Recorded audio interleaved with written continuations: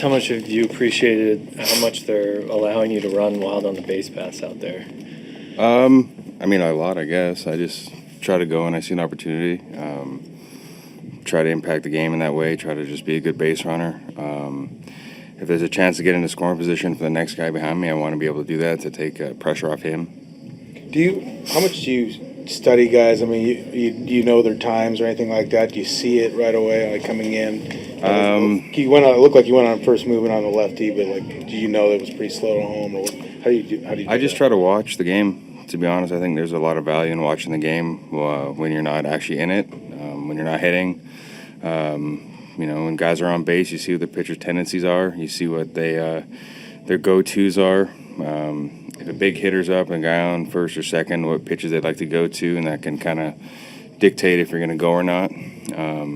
I think there's a lot of value in watching the game when you're not in it. It's a little lost art in modern baseball. I've heard managers and coaches complain that guys don't watch the game enough when they're not up at the plate. I mean, who instilled that in you as a player? Probably my dad. We watched a lot of baseball growing up. Honestly, my mom too. My mom's still learning a lot about the game too as she grows. But I think just my dad and understanding the game, understanding the moments here and there, understanding how you can impact it, seeing different kind of situations arise and what players do in those situations, how to capitalize, really just how to help the team win. If I can get on second base with Gino up, that forces him to just hit a single now instead of a double in the gap. It takes a little bit more pressure off him, puts a little more pressure on the pitcher to make pitches, because if you walk Gino, now it's first and second, now you're there's no more pressure on you. And then, if I can become a stolen base threat and Gino's right behind me, now it can be second and third, one out possibly, infield in, more pressure on the pitcher, more chances he's going to make a mistake. We have such a deep lineup and such great hitters. It's kind of like the other night when me and Gino did the backside steal and I stole third, and Polanco's up now, infield in. Now he doesn't have to, really hit it as hard as he needs to. You just need to put it somewhere where the infield isn't, and that's 2 runs scored. And it's 2 runs on the board for us, and now it puts a little more pressure on the other side. Yeah, people don't understand the value of 90 feet sometimes. There's a lot of value in 90 feet. How much collaboration have you had with Eric Young about that, just when you're on the base paths, the first base coach, since you've been over here? He's great at what he does. I think I give a lot of credit to Sandy Alomar and McKay at the D-backs. I was able to spend a lot of years with Sandy, and then a spring training and have a season with McKay. They both taught me a lot about reading pitchers, about times, about little tips and tricks on how to get 90 feet without getting thrown out. And then I think just being willing to take the risk, being willing to take the risk of being thrown out. And, that catcher has to make a perfect throw. He has to transfer perfect. He has to get in a perfect position to throw the baseball. The pitch has to be somewhere where he can transfer it properly. There's so many little things that the catcher has to do, along with the pitcher, to throw that runner out, as you saw tonight. Especially, you ambushed the first pitch. Not to give away your trade secrets, but what is your philosophy on that? Are you going up looking for a location? I mean, he's a guy that throws a ton of cutters to lefties first pitch. I don't know if you were looking for that, but you got one right away. What is your kind of philosophy on first pitch? I just honestly just try to see it in my zone, and if it's there, I want to take a good chance at it, try to get my ace swing off. If it's not, I'm going to try to do my best to lay off it. Sometimes I'm going to overswing and miss it. Sometimes I'm going to foul it off. Sometimes I'm going to completely miss it and roll over, hit a weak fly ball. But I think back to take the risk. You got to be willing to take your chance and be okay with the result, whether it's good or bad, as long as you the effort level's there, the intent's there. With your role as the cleanup hitter, we've seen it the past couple of days. You just having that opportunity for the multi-run hits or home runs with Cal, Julio, and Randy batting in front of you. But you also mentioned making the job easier for Gino and Polo batting behind you. Just for you, what does it mean to kind of have this role pretty soon with your tenure with the team and see the results in it this early on? I just want to take every opportunity and try to make the best of it. Whether it's hitting 4, 5, 7, 8, 9, I don't really care.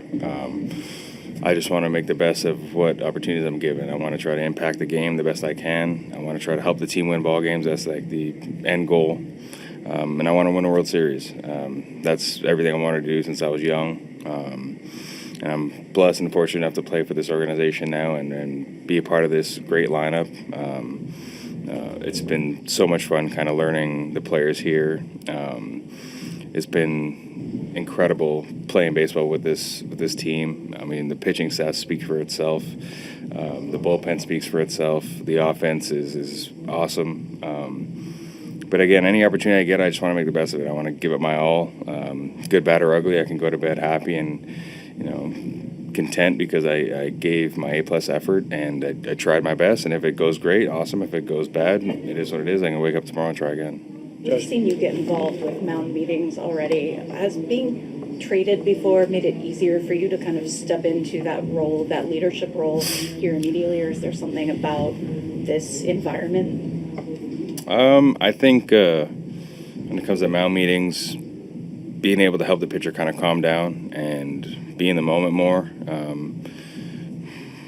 I mean, I try to put myself in their shoes and understand how much kind of they're thinking, and when it comes to certain pitches to certain batters, if there's a guy on first, now he has to be a little bit quicker. He doesn't want to steal. So I just try to really calm them down and get them back into the moment, get them back into pitch by pitch. They make a mistake, kind of wash it. You got to be able to wash it quick. It's kind of like the offensive side. Like you have one bad at bat, you can't let it affect the next 3 or 4. You kind of got to be able to wash things quick, get over it.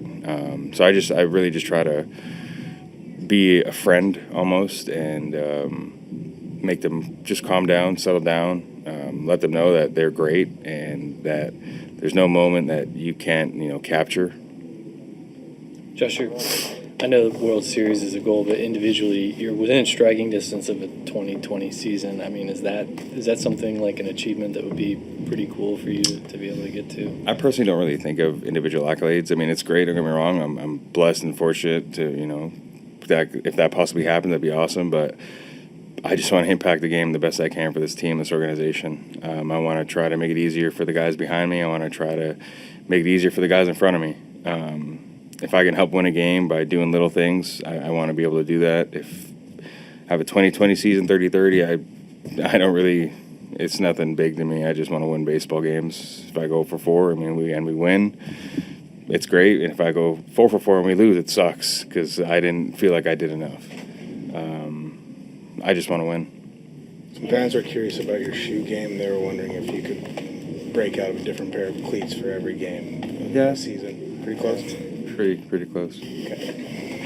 Thanks, Josh. Better now. Seemed like the first time through you were kind of like. It's a little heavy. It's heavier than I expected.